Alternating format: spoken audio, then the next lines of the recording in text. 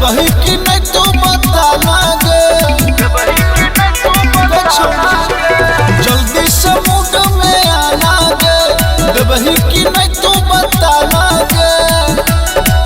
हेगे कुछ कानी फील छोड़ी तो देना दिल है कि कहबे तो तोरो दुओ देबो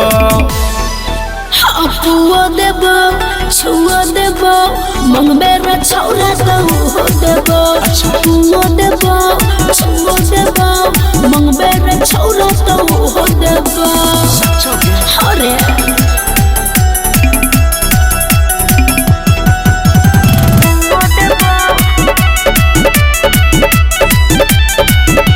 नदी में डुबकी लगाबे के मन छै तोहर जवानी के बड़ा पसंद छै अरे बुझै छियौ हम सब तोहर खेला बदू में केहू न करबे झमेला कुछो नहीं करबे है के सुन चॉकलेटी ससुर जी के बेटी तू मंगबे त खाई लगी पुओ देबो सुना अरे पुओ देबो छुओ देबो मंगबे रे छौरा तो हो देबो पुओ देबो छुओ देबो मंगबे रे छौरा तो हो देबो तले ना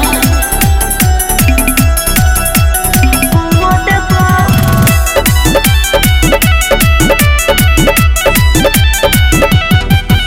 के सुन के मन हमर हो जाए खुश गे जाई छे दिलवा में सीधे तू घुस गे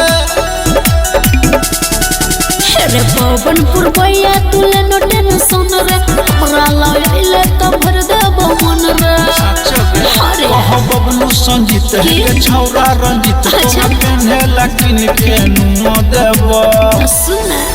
अरे पुओ देबो छुओ देबो मंगबे रे छौरा तो हो देबो